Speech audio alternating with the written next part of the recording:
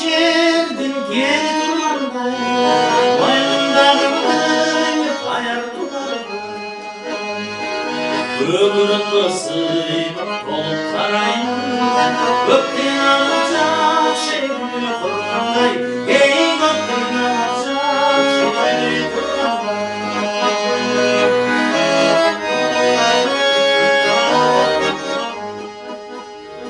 Simagat bildiğin sularda, aybattan öptü süzgün kurlarda. Tatlı sayrap bir cilide sesimde, tamamından alışkanlarday, ey tamamından alışkanlarday.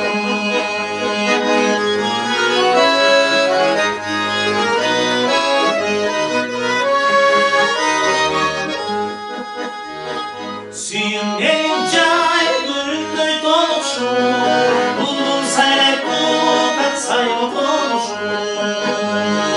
Gözümden kurçup kuyruktan al gider, unutmasın kanday gündür çolurdu, ey unutmasın kanday gündür çolurdu.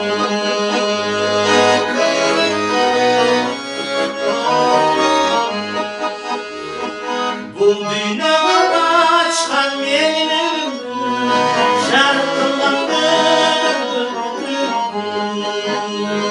senin bana aman cündün karam, ben seni çıldan buradayım suyumda, ey ben seni çıldan buradayım suyumda. Senin bana